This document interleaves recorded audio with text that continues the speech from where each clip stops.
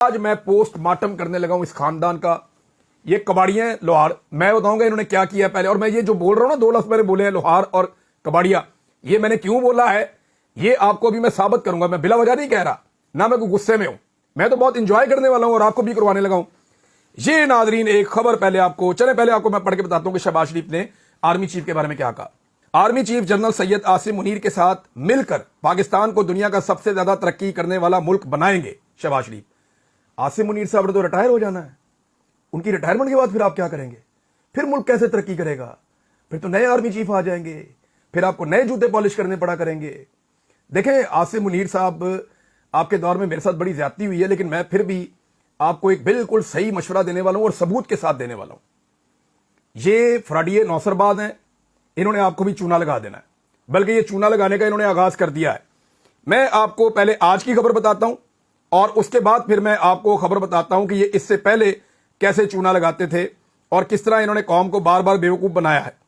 ये जनाब अब ये कह रहे हैं कि हमें बहुत बड़े बड़े ज़खायर मिल गए हैं, हम अपनी मादनियात को बेचेंगे बलूचिस्तान में और खैबर पख्तूनख्वा में, और हम IMF से जान छुड़वा लेंगे।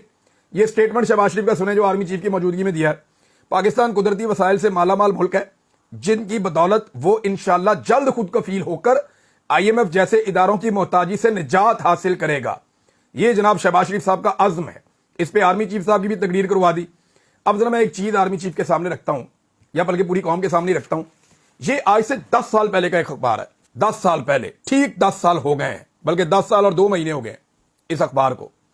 इस अखबार के नीचे जो तारीख लिखी हुई है, ये जुमेरात के दिन का अखबार है और 12 फरवरी 2015 का अखबार है। और जंग अखबार मैंने इसलिए लगाया कि जरा आजकल सबको पसंद है जंग अखबार।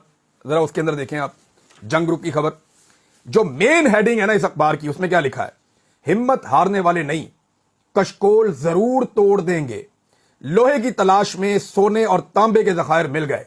नवाज शरीफ और शहबाज शरीफ, इन दोनों भाइयों ने यह तकरीर की थी कि हम लोहा ढूंढने निकले थे और हमें सोना मिल गया। यह बात शहबाज शरीफ ने कही थी, बहुत सारे अखबारात में ऐसे रिपोर्ट हुई थी। सोना, चांदी, लोहा और तांबा निकलने से बेरोजगारी खत्म हो जाएगी। अगर बेईमान होते तो आज ये ज़खायर दरियाफ्त ना होते। ईरान से गैस लेंगे, वजीर आजम का रजुआ में खिताब। तापी गैस मंसूबे में शामिल ममालिक के वज़रा पेट्रोलियम से गुफ्तगू। चनियोट की सरजमीन में मादनी खजानों का समंदर बह रहा है, इन्हें बुरुए कार लाकर मुल्क कौम की तकदीर बदल देंगे। ये खजाने सिर्फ पंजाब के नहीं बल्कि पाकिस्तान के 18 करोड़ लोगों की मलकियत है।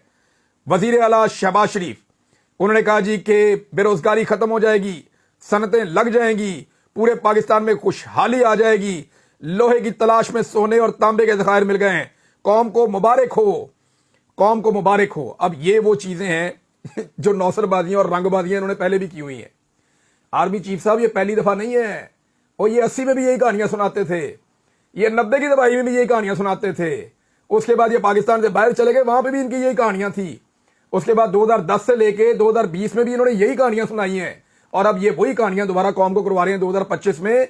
ये आपको चूना लगा रहे हैं, ये बेवकूफ बना रहे हैं, ये लोहे को सोना करके बेच देते हैं, कबाड़ का काम है इनका। ये मैं आपको सीरियसली बता रहा हूं कि ये नौसरबाज है, रंगबाज है। इन्होंने हर थोड़े अरसे के बाद कोई ना कोई चीज दरियाफ्त करनी होती है मुल्क में, और इन्होंने जो है वो नहरें बहा देनी होती हैं दूध और शहद की। और भाई, जिन मुल्कों के अंदर तेल निकलता है ना, वो भी ऐसे दावे नहीं करते जैसे दावे ये कर देते हैं। मैं तो हैरान हो जाता हूं इनके दावों पे, और इन्होंने सबको चूना लगाया। मैं आर्मी चीफ को खबरदार कर रहा हूं, आपको भी चूना लगा देना है। और जब आप फारिग हो जाएंगे ना, तो ये आपके बाद आने वाले आर्मी चीफ को भी चूना लगाएंगे, दोनों भाई मिलके। और ये इनका तरीका वारदात ये